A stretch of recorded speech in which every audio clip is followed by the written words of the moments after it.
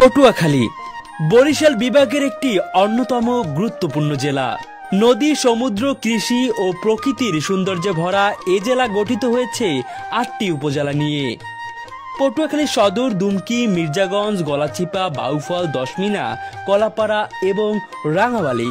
পটুয়াখালী শুধু ইতিহাস বা প্রকৃতির সৌন্দর্যে সমৃদ্ধ নয়, এটি বাংলাদেশের পর্যটনের একটি গুরুত্বপূর্ণ অংশ। কারণ বাংলাদেশের একমাত্র সমুদ্র সৈকত কুয়াকাটা অবস্থিত এই জেলাতে। কুয়াকাটা পৃথিবীর সেই বিরল সৈকতগুলোর একটি, যেখান থেকে একই স্থান থেকে সূর্যোদয় ও সূর্যাস্ত দুটি দেখা যায়। পটুয়াখালীর ইতিহাসে রয়েছে বড় গর্ব। এই জেলাতে রয়েছে বাংলাদেশের দ্বিতীয় বৃহত্তম শহীদ মিনার, যা ভাষা আন্দোলনের প্রতি ভালোবাসা ও শ্রদ্ধার দৃঢ় প্রতীক। এমনকি বর্তমানে পটুয়াখালী সদর উপজেলার আউলিয়াপুর ইউনিয়নে নির্মিত হচ্ছে পটুয়াখালী ইপিজেড, যা সম্পূর্ণ হলে বাংলাদেশের দ্বিতীয় বৃহত্তর ইপিজেড হিসাবে দাঁড়াবে। এটি পটুয়াখালীকে অর্থনৈতিকভাবে বদলে দেবে এবং হাজারো মানুষের কর্মসংস্থান তৈরি করবে। একসময় পটুয়াখালী শহর ছিল অগোছালো আর পিছিয়ে থাকা একটি জায়গা। ভাঙ্গা রাস্তা, ময়লা আবর্জনা, পরিকল্পনার অভাব, সব মিলিয়ে শহরের নাম নিতেই লজ্জা লাগতো। কিন্তু ২০২০ সালের পর শুরু হয় পটুয়াখালীর আধুনিক যাত্রা।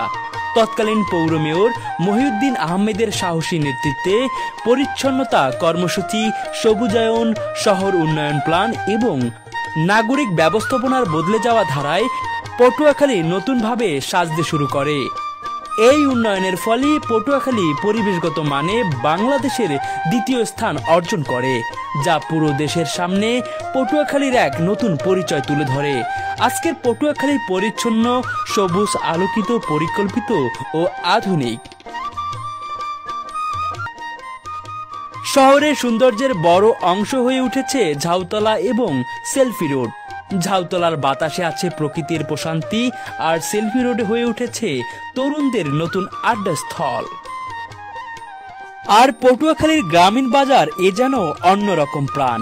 সকালের কাঁচা বাজারের তাজা সবজি, মাছ, লোকজনের হাঁকডাক, দুপুরের চায়ের দোকানের আড্ডা, সব মিলিয়ে গ্রামীণ বাজার পটুয়াখালীর মানুষের জীবনযাত্রার একটি বাস্তব প্রতিচ্ছবি। এই শহরটি এখন উন্নয়ন, ইতিহাস, প্রকৃতি ও অর্থনীতির এক অন্যরকম সমন্বয়। আজ আমরা গর্ব করে বলতে পারি, হ্যাঁ, আমি পটুয়াখালীর মানুষ। কারণ পটুয়াখালী আর শুধু একটি জেলা